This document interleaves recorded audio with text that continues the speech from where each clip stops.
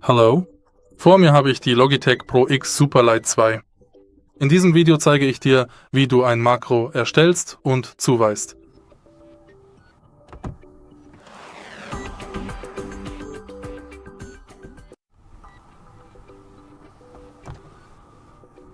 Um ein Makro zu erstellen und zuzuweisen, gehen wir zum Logitech G Hub und zu den Zuweisungen.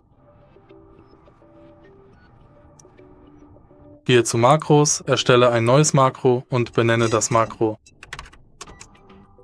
Wähle nun den Makrotyp zwischen kein Wiederholen, Wiederholen beim Halten, Umschalten oder Sequenz. Jetzt kannst du Verzögerungen anpassen und das Drücken, Loslassen der Tasten anzeigen lassen. Starte jetzt und wähle den Makrotyp aus. Nimm dein Makro auf. Beende die Aufnahme und tippe auf Speichern. Wähle nun die Taste aus, der du das Makro zuweisen möchtest, wähle dein Makro aus und das war's. Wenn dir dieses Video geholfen hat, hinterlasse bitte ein Like, einen Kommentar und abonniere den Kanal.